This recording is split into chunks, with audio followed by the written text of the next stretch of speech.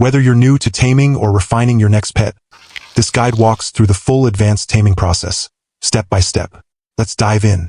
To start training a pet, open its lore page and click Begin Animal Training. Then take the pet into combat. This is how it gains experience toward its next training stage. Pets level up in training rounds, gaining control slots up to a max of 5. Each slot increases the taming skill required to control the pet. At 5 slots, it will take up your entire control limit. If you want to use multiple pets, they must total 5 slots or fewer. With each upgrade, the pet earns training points. These can be spent on stats, skills, resistances, and special abilities. Once you spend training points, they're permanent. That's why it's strongly recommended to use a pet planner like the one on UOK. Pet experience scales with enemy difficulty, so aim for fights that are tough but survivable. You'll know it's going well when you see the Gains Greatly message. I'm starting my pet's training in the first level of Dungeon Shame, as the enemies here are sufficiently challenging for my fire beetle at this early stage. It still has low hit points, so I'll need to support it with veterinary bandages and majory greater heals. I'll use provocation if my pet becomes overwhelmed. To speed things up, use the Whispering Taming Mastery. It works like a scroll of alacrity, boosting gains for 10 minutes with a 30-minute cooldown. Only train a pet that has been bonded. To bond, feed the pet, wait 7 real-time days, then feed it again or use a bonding deed for instant bonding. If a pet dies before bonding, it's gone for good. Always confirm bonding before investing time in training. If you find this guide helpful, please consider giving the video a thumbs up or hit subscribe. If you're already subscribed, thank you for your support. My fire beetle is now ready, training is complete, and it's time to upgrade. Open pet training options.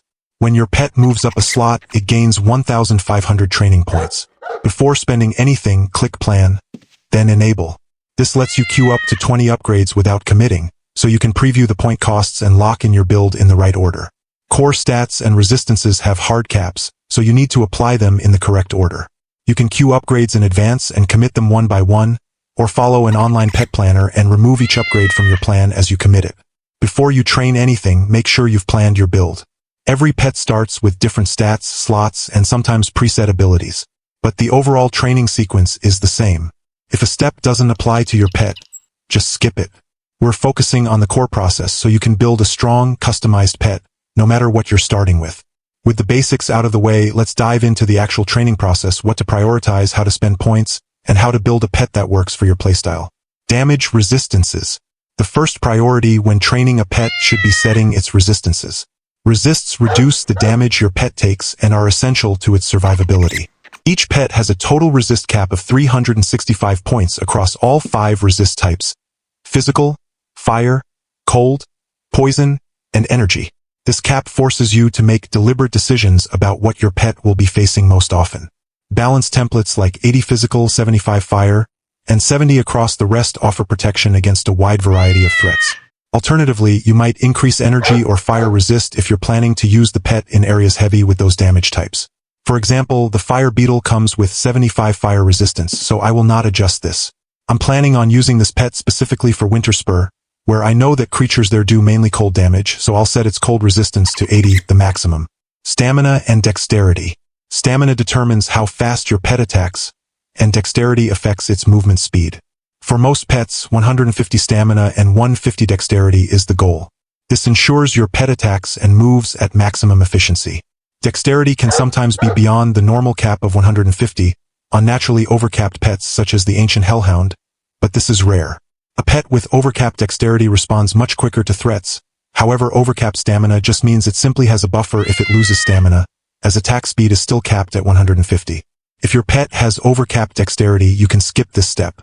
For example, my fire beetle would benefit significantly from reaching 150 stamina, which allows it to swing at max speed. Dexterity will also be set to 150. Hit point regeneration, HPR. Hit point regeneration helps your pet recover health between battles, or when healing support is delayed. Hit point regeneration is different to the pet skill healing. It's passive, but it does stack with other healing sources and improves overall survivability in sustained fights. 10 HPR is a solid minimum, and 20 is ideal if training points allow. For example, I'll set my fire beetle's hit point regeneration to 20. This will further stabilize its health pool in longer fights. Stamina regeneration. Stamina regeneration helps maintain attack speed during prolonged fights. Even with 150 stamina, your pet can dip during combat, affecting its performance. 10 is the minimum, though 5 can be acceptable in tighter builds. For example, the fire beetle will benefit from at least 10 stamina regeneration to ensure it continues swing at full speed. Mana regeneration. Every special action your pet takes, from casting to abilities, consumes mana. Without sufficient mana regeneration, MR, your pet will revert to basic attacks, losing a large portion of its effectiveness. You should aim for 30 MR by the final training round. For example, I plan on giving my fire beetle the abilities Armor Ignore and Inferno, which relies on mana. I'll give it 30 mana regeneration to ensure it can sustain these offense abilities throughout longer battles. I'm almost out of training points for this round, so I'll spend the rest on hit points to give my fire beetle a bit more survivability. It's okay if the plan total goes slightly over 1,500. When I commit the upgrades, only the remaining available points will be used. Now that I'm happy with the build, I'll click Disable on the planner. I'll go through the list from top to bottom, committing each upgrade one at a time and removing it from the plan as I go. Once I'm done, the pet will upgrade to a 2-slot, and I'll hit Enable on the planner again to set up for the next round. With that done, I'm heading back to Shame to continue training. Okay, my fire beetle has completed his next round of training. Strength. Strength contributes directly to damage output and ideally should be trained up to its cap of 700. Keep in mind that strength, dexterity, and intelligence share a combined stat limit, usually around 1220 for most pets. However, some pets start with overcapped stats, especially intelligence or dexterity. In these cases, the total combined stat limit can exceed 1220, depending on the pet. If your pet has average starting stats, aim to increase strength first to maximize melee damage. But if it starts with high intelligence, like a fire beetle, you'll need to adjust your strength and dexterity targets to fit within the remaining cap. For example, fire beetles start with a high 500 intelligence, and I need dexterity at its max of 150, so I'll increase strength to as high as it will go. Intelligence plays a critical role in mana regeneration and is often underestimated. Ideally, aim for 370 intelligence, which allows for 150 dexterity and 700 strength. If you invest in full intelligence, you can reduce your mana regeneration slightly without compromising mana recovery. For example, the fire beetle's starting intelligence is already 500, so I'll skip this step. A combination of 500 intelligence and 30 mana regeneration gives the best possible results. I'll use whatever points I have left to increase mana. Once I'm done, I'll hit Enable on the planner again and head back to Shame. The bottom level of Shame is a great spot for training pets during their final upgrade stages. Wind elementals are non-aggressive, but still tough enough to provide good experience gains. Occasionally, a Paragon Wind elemental will spawn, offering an even greater challenge and more training value. Nearby, you'll also find diseased blood elementals, which make for solid training targets, and are also casters, which helps increase a pet's spell resistance skill. Okay, my fire beetle has completed his next round of training. Before doing anything, I'll click Plan, then Enable. Hit points and mana. Surprisingly, these should be allocated close to last. Over-prioritizing them early may leave you short on training points for more critical stats. However, if a pet starts with very low hit points, increase it by 100 to improve survivability. Around 400 to 500 for mana is sufficient for most builds, unless the pet is more focused on casting, and 700 to 1000 hit points is ideal.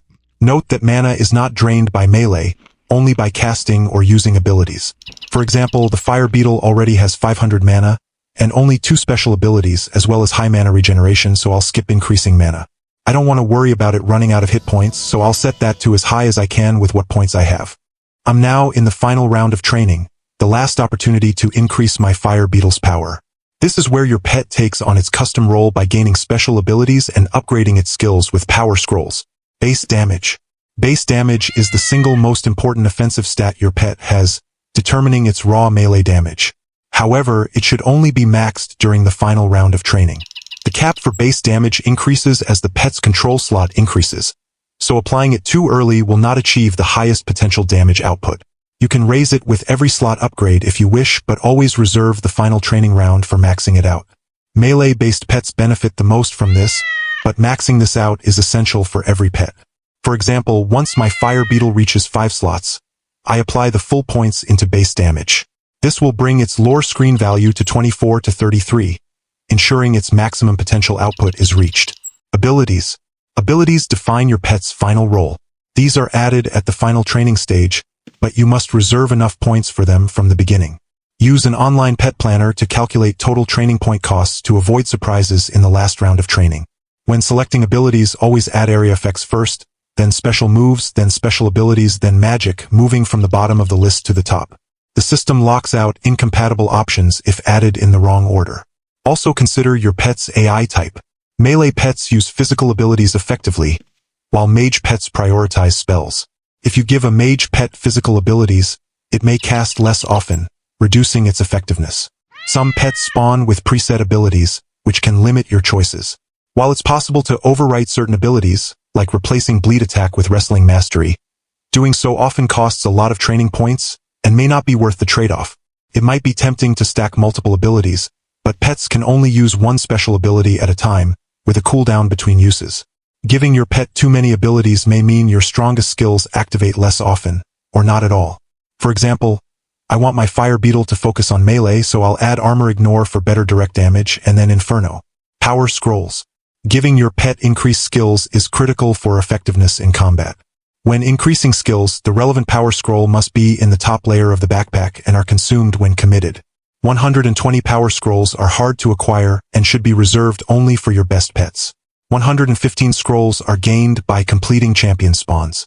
Scroll binders, which are crafted via inscription and cooking, are used to combine lesser power scrolls into greater ones, and 10 115 power scrolls can make a 120. If you don't have the power scrolls yet, you can allocate the required training points in the pet planner without committing. The scrolls to prioritize can depend on your build plan, but the melee-based ones are usually wise to invest in, such as wrestling, tactics, anatomy, and parrying. For example, I plan on giving my fire beetle 115 in all skills, which should be sufficient to be effective on the battlefield. I have some training points left, so I'll check that strength is maxed out and use the rest for more hit points. My fire beetle is designed to take on Winter Spur, but your pet may take a different approach, with its own resistances or special abilities, or perhaps it already has abilities to build around. Remember, every pet is different. That's part of what makes each pet unique. Alright then, that's the full training process, step by step. I know it's a lot to take in, but once you've trained pets a couple of times, it'll all start to feel natural. The key is planning, watching your point totals, and building something that suits your playstyle. Don't worry if your first build isn't perfect. Experiment and have fun with it. That's half the joy of taming. There's a wide variety of pets to check out, all with their own style and potential. If this guide was helpful, feel free to drop a like or hit subscribe. Got questions?